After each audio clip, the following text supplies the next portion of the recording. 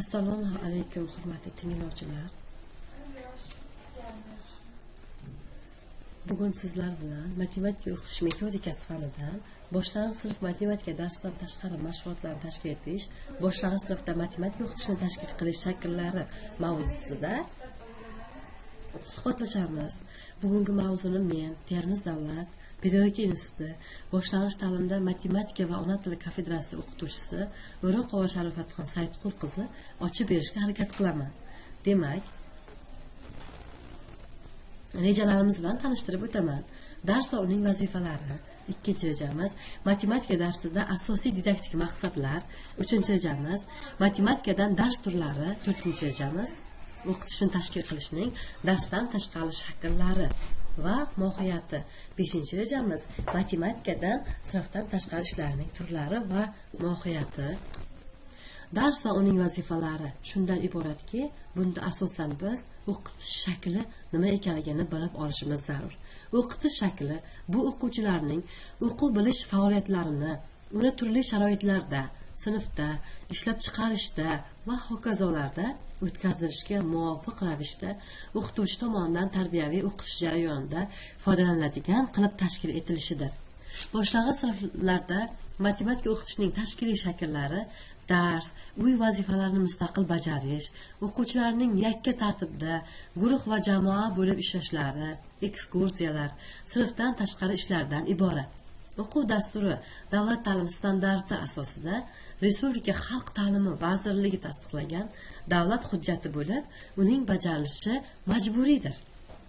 Boshlang'ich sinflar tabiiy matematik ta'lim davlat standarti talablarining o'quvchilar tomonidan bajarilishi ularning zarur bilimlar, malaka va ko'nikmalarini egallashlariga, bilim olishga ijobiy munosabatda bo'lishlarining shakllanishiga yordam beradi. O'quvchilarni tevarak atrofdagi tabiiy muhitga moslashtirish, yangi ijtimoiy maqomdagi o'quvchini shakllantirish. B.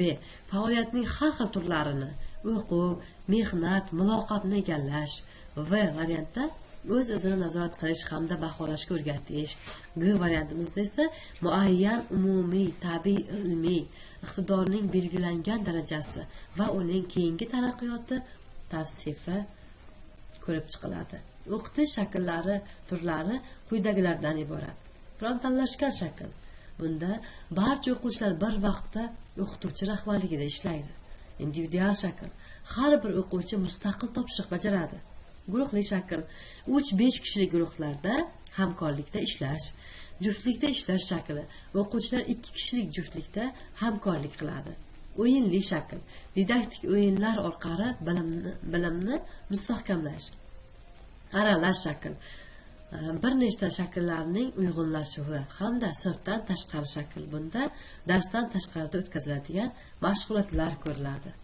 An'anaviy metodlarga og'zaki tushuntirish.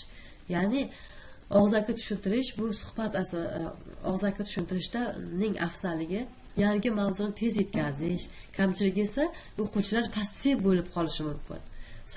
Suhbat, ya'ni savol-javob an'anaviy metodlardan biri. Afzalligi fikrlash va nutq rivojlanadi, kamchiligi esa hamma o'quvchi faol qatnashmasligi mumkin. Ko'rsatma metod. Afzalligi mavzu aniq va esda qolarli bo'ladi, kamchiligi vaqt ko'p talab etadi. Interfaol metodlar asosiy tushuncha atrofida fikrlar guruhlanadi. Mustaqil va ijodiy fikrlashni rivojlantiradi. Guruhlar masalalarni yechib, keyin almashadi. Jamoaviy ishlash ko'nikmasi shakllanadi. Matnli masalada tushungan va tushunmagan qismlarni belgilar bilan ko'rsatish, tezkor savol-javob orqali tez fikrlash va javob berish rivojlanadi. Demak, interfaol metodimiz ancha samarali hisoblanar ekan. Bunda biz o'sha 1 soatlik dars ishlanmasini ham olishimiz mumkin. Unda asosan darsning maqsadi qo'yiladi hamda texnologik xarita tuzish, darsni aniq rejalashtirishga yordam berishini biz yaxshi bilamiz. Texnologik xarita darslarning to'la ishlanmasidan iborat bo'lmay, balki shu dars uchun majburiy bo'lgan asosiy bosqichlarni ham o'z ichiga oladi.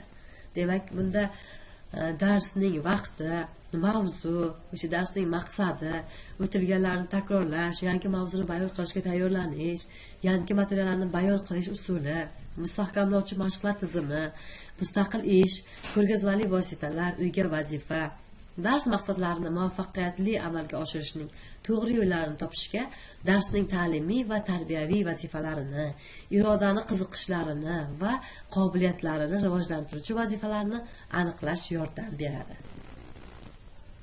Muammoli savol qo'yish: nega va qanday savollar beriladi? Mustaqil fikrlashni kuchaytiradi.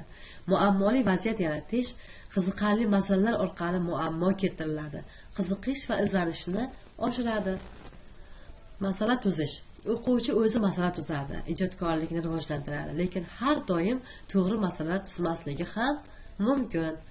Rolli o'yinlar: do'konchi xaridor kabi vaziyatlarda hisoblash, amaliy hayotiy ko'nikma beradi. Didaktik o'yinlar: sonlar zanjiri, matematik domino kabi o'yinlar qiziqarli va samarali hisoblanadi.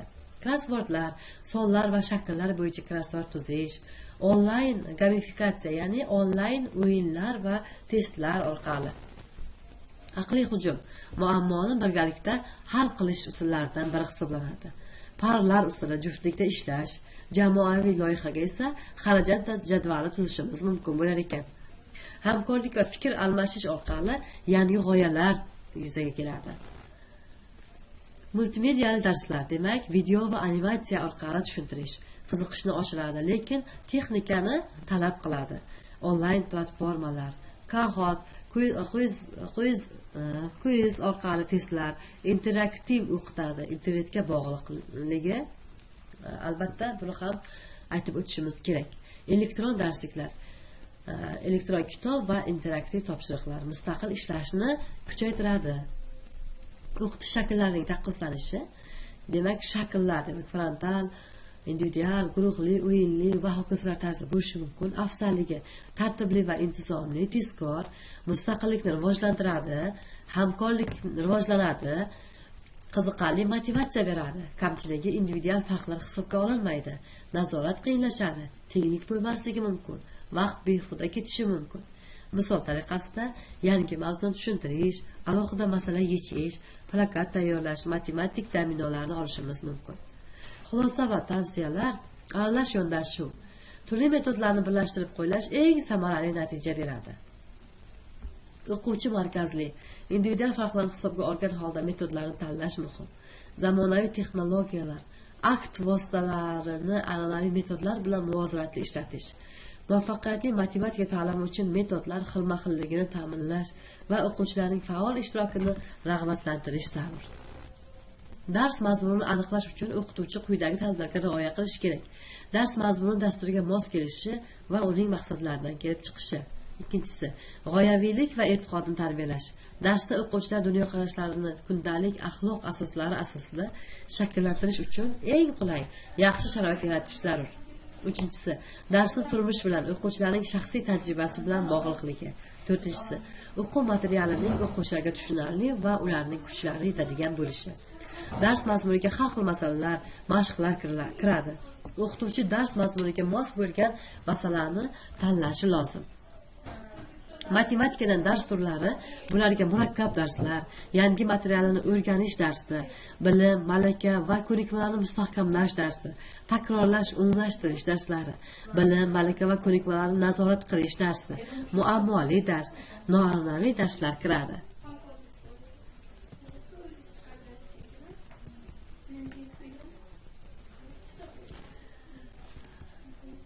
Hurmatli tinglovchilar, bugungi ma'ruzalarimiz sizlar bilan shundan iborat edi. Sizlar bilan keyingi sonlarda ko'rishguncha xayr, sog' bo'ling.